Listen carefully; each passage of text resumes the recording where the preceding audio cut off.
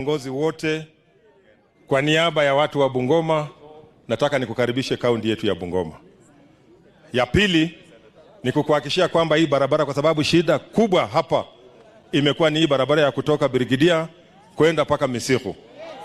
County government tumechukua kutoka hapa kwenda kule Birigidia, na nimehakikishiwa kwamba na nimeweka pesa kwamba by the end of this month, your excellency, tutakuwa tumeweka tamak paka Birigidia paka hapa na Itiri, alafu wewe uchukulie hapa vile umesema paka kule Misiku. Hiyo ndio dawa ya hawa watu wetu.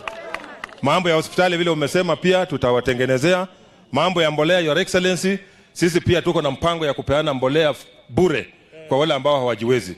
Tayari tumefanya vetting, kuanzia next week ile ingine tutakuwa tunapeana mbolea ili tuzalishe chakula ya kutosha.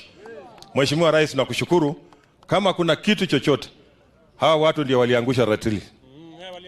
Bungoma ndio waliangusha ratili. Huyo mzee wa vitendawili alipotezea kura hapa. Kwa hivyo kama kuna kitu chochote kizuri, tufinya hapa. Mina hiyo watu, tufinya hapa.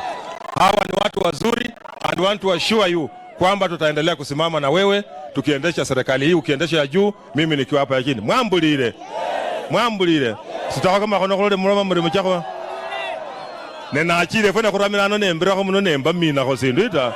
Asante sana mheshimiwa.